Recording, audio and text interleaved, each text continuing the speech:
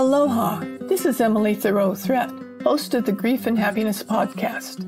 Every Friday, I share with you my love notes, giving you a little something to think about as you navigate your grief journey, finding happiness expanding along your way. Every Tuesday, I post my regular podcast, sharing wonderful conversations with people you can relate to and offer you encouraging ideas and helpful inspiration. And I invite you to our Grief and Happiness Alliance gatherings for free every week on Zoom. Information provided in the show notes.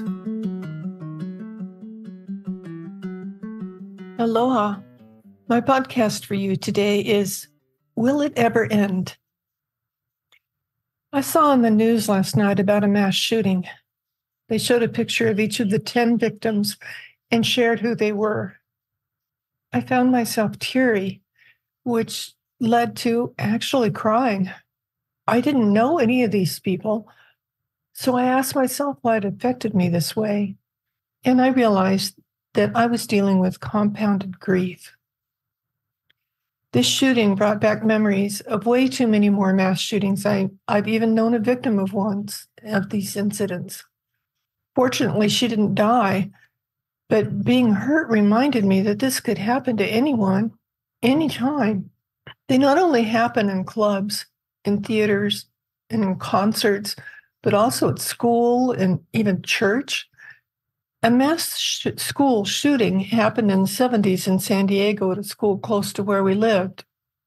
My children were walking to school with a helicopter flying over them, and when they got to the classrooms, the doors were locked.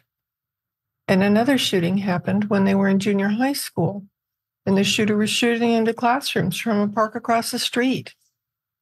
Fortunately, in that instance, no one was hurt. As I considered my reaction last night, I recognized that I don't fear mass shootings.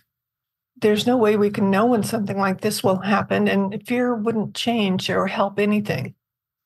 What does happen with me is memories of my loved ones who died. I'm reminded of all I'll never experience again with all these people. No more conversations, no more hugs, no more celebrations. My heart aches for those who love these current victims, thinking about all they will miss now. And I'm sure it's what brought the tears. Tragedies like these happen as part of life. If guns weren't available, people who want to create this mayhem will find another way. Dwelling on these heart-wrenching events doesn't serve us. Instead, we use devastating events like this as an inspiration to live our best lives now, when we can focus on each moment, sharing love and support to people we love every chance we get. Recognizing all that love and beauty you have in your life right now, and do whatever you can to multiply that. Don't leave things unsaid that can lead to regret later, and include yourself in all that love. You are precious and special and deserve great experiences. Make them happen.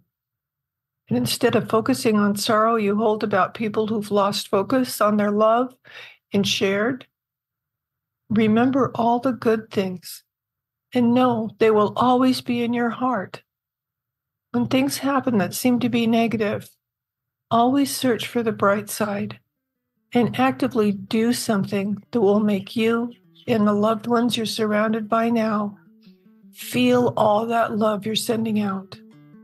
And remember to graciously receive that love they're reflecting to you. Thanks for listening, and be sure to order your Grief and Happiness Handbook and cards on Amazon.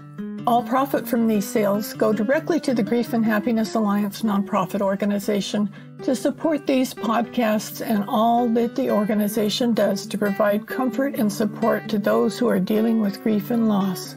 Mahalo. Thank you.